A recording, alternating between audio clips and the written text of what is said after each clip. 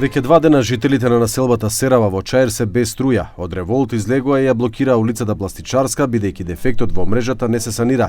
Вела дека ќе протестираат секој ден во најфреквентниот период од денот.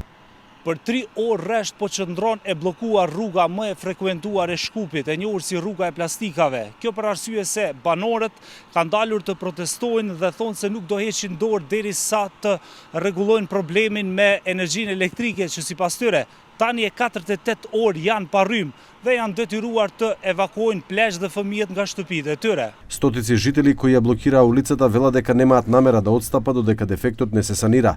Се сомневаат дека дефектот е намерен за да им се исклучи струјата во студените ноќи пред празниците. Paralizum, fëmijë ka, dridhen gjithë natën, oksigjen janë me rrymë që vënon me sklerozë, do të më nuk shteker ata për më mbijetuaj. A kupton? Sa shtëpia parafërsisht s'kan rrymë? 500, Allah po di sa. Cilat lagje? Lagja Serov, Gazibob, plastikat, këto pagun nga 1200 euro. Që, vëlla i pagun 1200, ku shkoj? Që, 1200 euro pagun rrymë. Fëmijë shkollë shkojnë, s'kan ku me lexua, na për terë me lexua. Turpan që janë.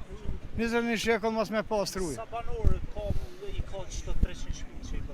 Po i ka 700-800 banora ka. Bile ma shumë, bile ma s'ka. 1000 banor sigurisht ka 1000 ka. Gjysëm këtu këtë saudat që kuj kina, bese. Edhe neve në kanë nërë një pas. Edhe shka o kjo sërë që vëmë vëmërën të beri që shtu banë. E të morë vesh. Shka o kjo sërë që vëmë. Unë e di ato që, sta në kanë bo. Amo këtë mesazh për e qëtë politikame tonë. Од Девана велат дека дефектот во населбата Серава постои од неделата и не се знае кога ќе се санира. Подолг период жителите на улиците Исмаил Кадаре и Кумбара го попречуваат проектот за реконструкција на мрежата и преместување на мерачите. Кон екипите на компанијата постојано се упатуваат вербални закани, што целосно го невозможува функционирањето.